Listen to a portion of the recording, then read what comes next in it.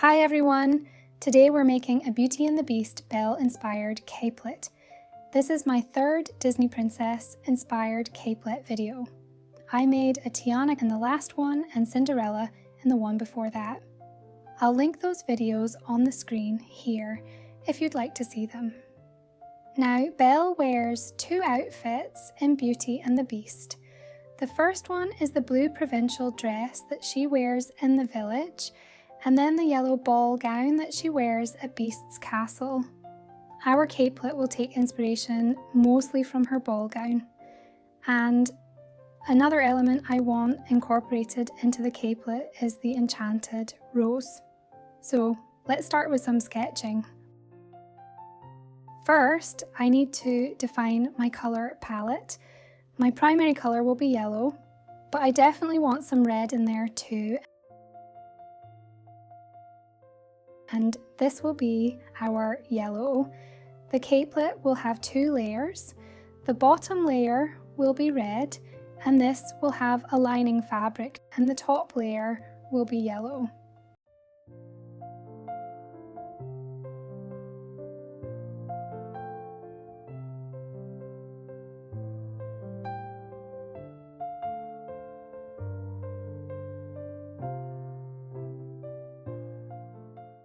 One of the most prominent features of Belle's dress is these swags that create sort of a draped effect, so I want this incorporated into the top layer of the capelet in some way.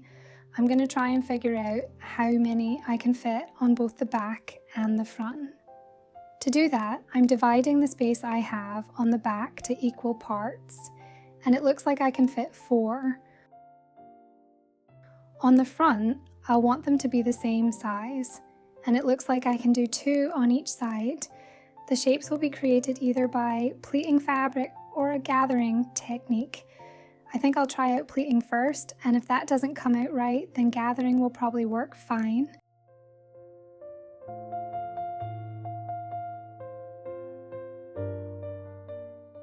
So since the top layer of the capelet is gathered, it will be kind of lifted up, and we'll be able to see the red bottom layer peeking out from underneath.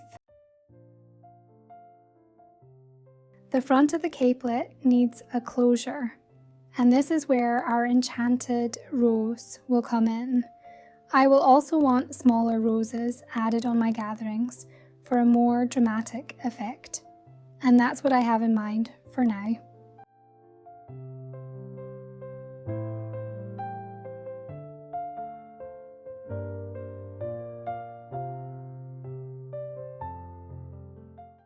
I will start with cutting out the pieces for my top layer, pin the right sides together, and sew along the shoulder seams.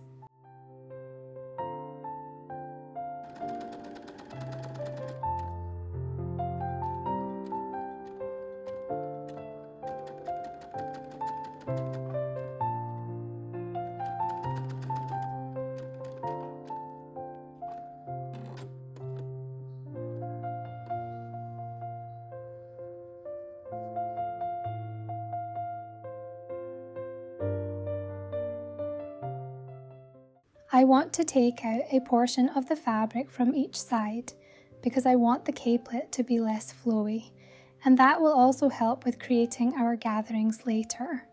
I'm marking my lines, then I'll just sew on those lines and cut out the excess fabric.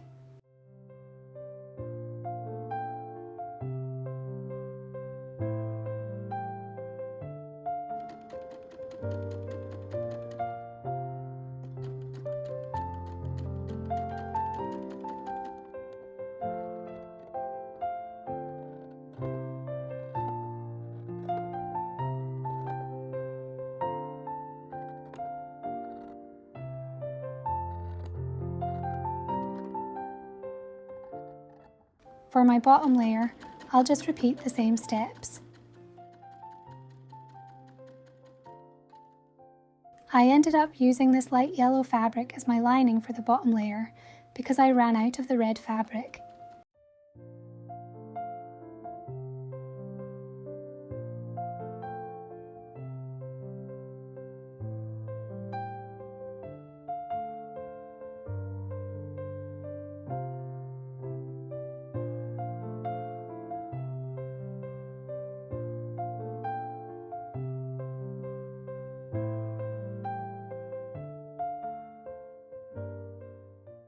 I finished my edges to avoid fraying, and now I can create the swags. I did first experiment with pleating techniques, but it didn't really give me the effect I was looking for, so I'm going to go with gatherings. I'm dividing the piece into equal parts, and I'm marking where I want the gathering to start.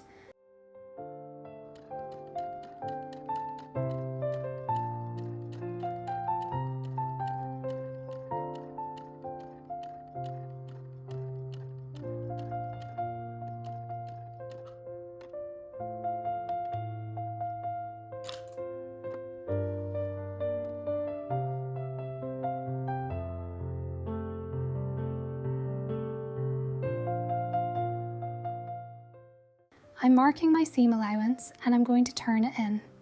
Then I'll press everything and prepare to join the top layer with the bottom.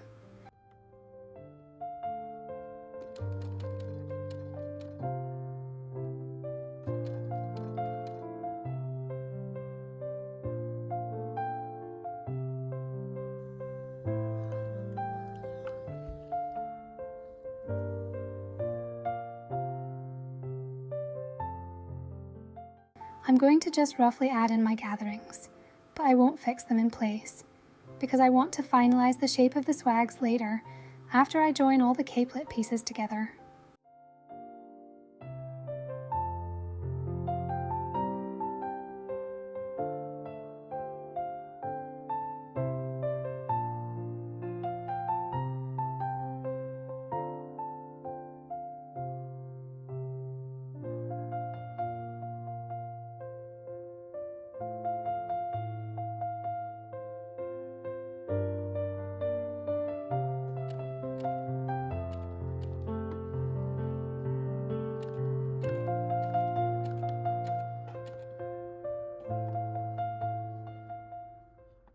I just sewed the top and bottom layers together at the neckline, and now I can top stitch.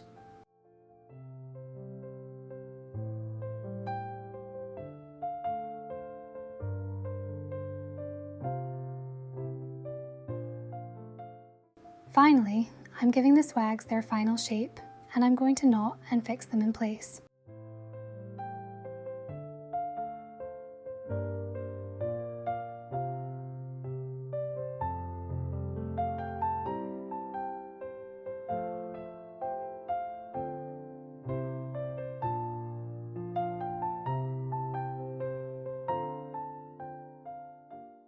To create my central enchanted flower, I'm following some tutorials I found here on YouTube.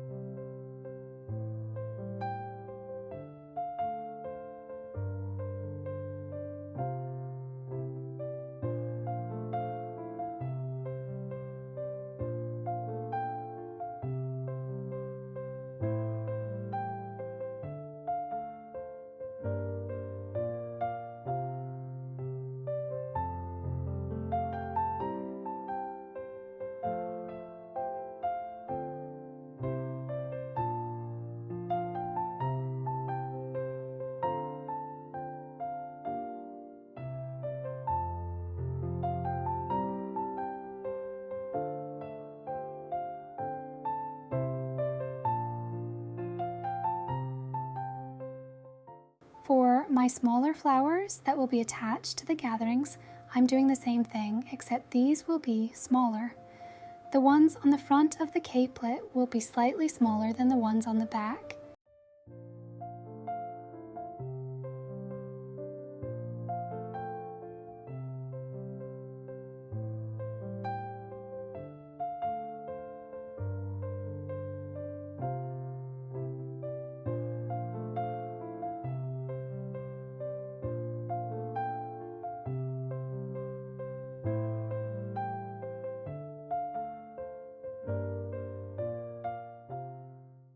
To attach the rose, I'll be using a hook and eye, and this will work as our closure.